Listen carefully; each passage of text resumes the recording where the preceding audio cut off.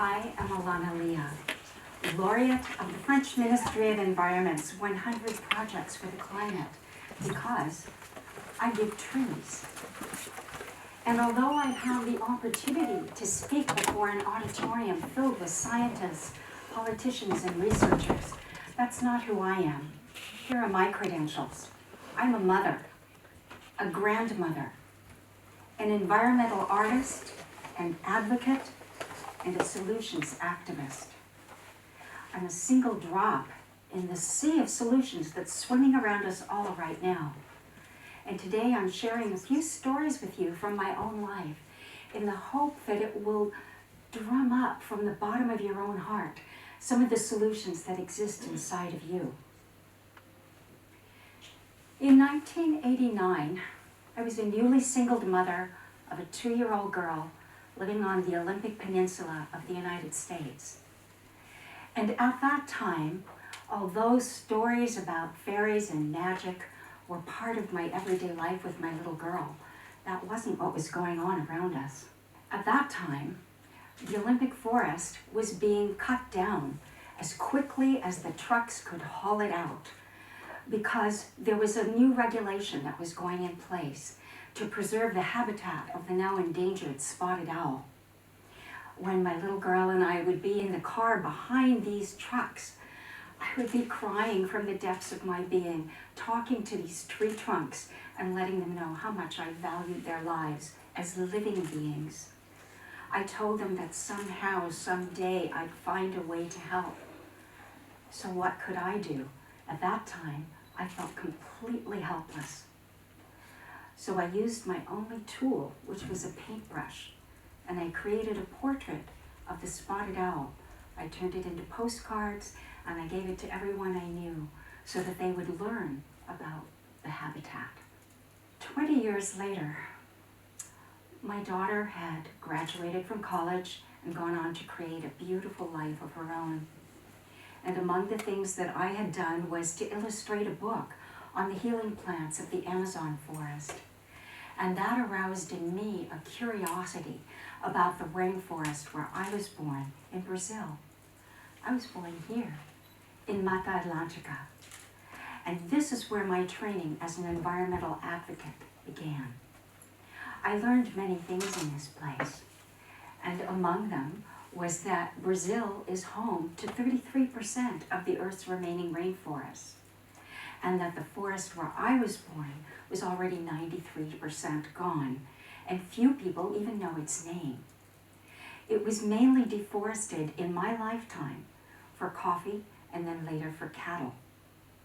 So when I came back to the United States, I talked to anyone who would listen, as I wanted to tell them the stories about this forgotten rainforest. And most often, the people who were listening to my story were school children in a geography class in Los Angeles. And these were children of very creative people. And so the children asked me, so what could we do? And from their own initiative and their own creativity, this is what they came up with. Welcome everybody. Thank you for coming to our CUSA concert to benefit the rainforest.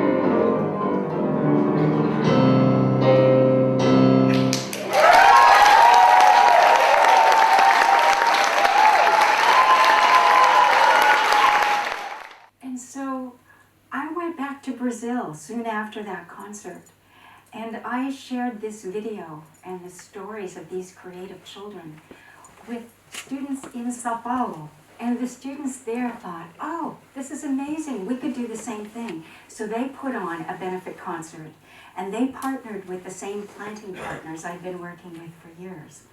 And the children in the north and the south began to communicate with one another because they were really interested and devoted to this idea of solutions. Well, you might not think that a few groups of children can make much of a difference or impact in global warming. But what we found was surprising to us. In 2015, when you had the Paris Climate Conference here, Ségolène Royal was the Minister of Environment, and she put on a competition among citizen initiatives that mitigate the effects of global warming.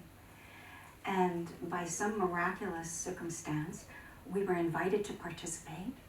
We placed very well in that competition, and we were acknowledged among 99 other drops of hope. And with that came the invitation to participate in climate change conferences. And so the following year, I came back here to Paris to work with an organization based here called Open Team. And we were preparing for COP22 in Marrakesh, where I was given the opportunity to give voice to the challenges that my field partners in Brazil faced. Because there, the multinational agrochemical companies are financing the environmental education through big international NGOs. So they're giving millions and millions of dollars to teach rural farmer associations to use their toxic chemicals that are killing the soil, killing the pollinators, poisoning the water system, and making people very, very sick. So at the very least, I was able to give voice to what occurred, even though it still hasn't been resolved. The following year, I returned here to work with Open Team once again, because that year, a book with this audacious title, Drawdown, the most comprehensive plan ever proposed to reverse global warming, was released. And I became aware of the work in the United States, and I shared it with my colleagues here in Paris. And we thought that this work really needed to be presented at COP23 in Bonn. So we created a side event for a team of their scientists to introduce their findings there. Now, at the same time that we were planning this event, I was also tracking the news that was happening in North America. And at that time, there were hurricanes swirling around the Caribbean where my stepson lived. And through a little sliver of communication on Facebook, I communicated with him as he weathered Category 5 Hurricane Irma, and then he was evacuated in time to catch Category 4 Hurricane Jose, evacuated again in time to catch Category 5 Hurricane Maria in Puerto Rico. And at that time, climate change was no longer theoretical, in the future, in the distance. It was up close and really personal. And so I made a commitment to dig into these drawdown solutions, to learn what I could do, and to share this information with other people. So today I'm encouraging you to get a hold of this book, whether it's in French, English, German, Dutch. It's been translated into many languages. They have a very informative website. And to learn more about the solutions that exist that can change the trajectory that we're on right now by both reducing our carbon emissions and by sequestering the carbon that's already in the atmosphere. So drawdown is that point in time when the concentration of greenhouse gases peaks and begins to decline on a year-to-year basis. And in this book, they're outlining the research of a team of global scientists who spent years doing the math to find out what are the solutions that are already in existence across multiple sectors, and what would happen if they scale up rapidly now. It's a very positive outcome, but we have to make the choice to move into these solutions now, not keep talking about it, not keep demonstrating about it, doing it. So among the things that you can all do when you walk out of this room today are these. You can choose to eat a primarily plant-based diet. This doesn't mean that you have to be a vegetarian or a vegan. If you are, that's wonderful, but it's not necessary. We're still part of the solution if we can simply reduce our consumption of meat because of the inputs that are generally required in their production. Another thing that we can do that's even more important is to reduce our food waste. I was so shocked when I learned that global food waste is third only in greenhouse gas emissions behind the United States and China. And that's because all over the world we are wasting so much food that has been grown using incredible amounts of energy to produce it, shipped all over the world, and then thrown away because it's imperfect in some way. They think we won't buy it. And so stores have been trained to give the consumer perfect looking food. And the ugly produce is thrown away. So again, you will learn more of the math and science behind this solution while you can participate in it by wasting less food on your plate, by buying ugly produce, and by asking places where you're eating out to perhaps reduce portions instead of over-serving to make it look so generous for the price. Make sure that it's actually what we can eat so that we stop wasting food. And we can also support organic regenerative farmers. And this includes farmers who are raising meat, poultry, dairy. So many people have villainized the animal industry, and as it should be for the way things are being done commercially, where it's inhumane, the practices, the feed that's being given on cattle lots and to most dairy is genetically modified grain. That's not helpful. But what is helpful are organic regenerative practices.